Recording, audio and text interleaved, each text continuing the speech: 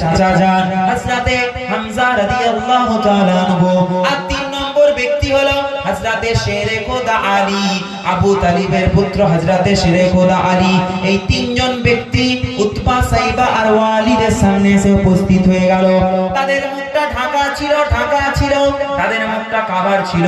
Utba বলতে লাগে, তোমরা কারা? আমরা তো মদিনার আনসারীর সঙ্গে জিহাদ করব না, যুদ্ধ করব না।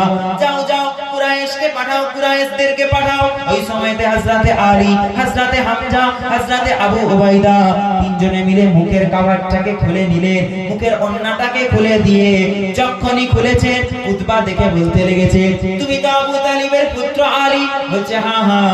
তুমি তো হামজা? বলে হ্যাঁ হ্যাঁ। তুমি তো আবু উবাইদা? বলে হ্যাঁ হ্যাঁ। বলে এইবার ঠিক আছে, তোমরাও কুরাইশ, আমরাও কুরাইশ, কুরাইশদের সঙ্গে কুরাইশদের লড়াই হবে। এই বলে হযরতে শেরে খোদা আলী আপনার উতবার পুত্র ওয়ালিদের বিরুদ্ধে যুদ্ধ করতে লাগলো। হযরতে হামজা রাদিয়াল্লাহু তাআলা আনহু, আল্লাহ রাসূলের চাচা যান, তিনি সাইবার বিরুদ্ধে যুদ্ধ করলেন। আর উতবার বিরুদ্ধে আল্লাহ রাসূলের প্রাণপ্রিয় সাহাবী হযরতে আবু উবাইদা দাঁড়িয়ে গেলেন। হযরতে হামজা রাদিয়াল্লাহু তাআলা আনহু সঙ্গে সঙ্গে যুদ্ধ করতে করতে বেশিক্ষণ সময় গেল না, সাইবাকে সে হত্যা করে দিল।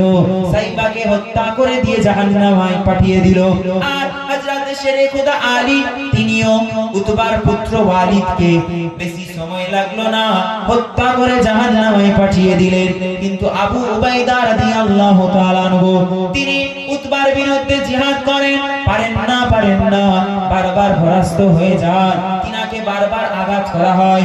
উতবা আঘাত করে আবু উবাইদাকে। হযরতে শেরে খোদা আলী আর হযরতে হামজা এই 2 জনা যখন লক্ষ্য করলো আমাদের সঙ্গী আবু উবাইদা সে তো একা উতবার সঙ্গে পাচ্ছে না, সঙ্গে সঙ্গে হযরতে হামজা আর হযরতে আলী 2 জনা মিলে আবু উবাইদা হুজুরের সঙ্গ নিলেন।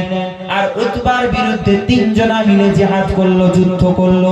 এই যুদ্ধে আমার আল্লাহ পাক এই 3 জনকে আমার আল্লাহ পাক যুদ্ধে জয়ী করে দিলেন।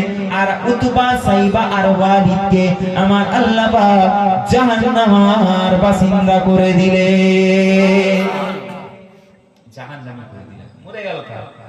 যখন 3 জন মরে গেছে আর আবু জেহেলের কাছে এই খবর পৌঁছেছে উতবা আর নাই, সাইবা আর নাই, ওয়ালিদ আর নাই, আবু জেহেল আগে যা রেগেছে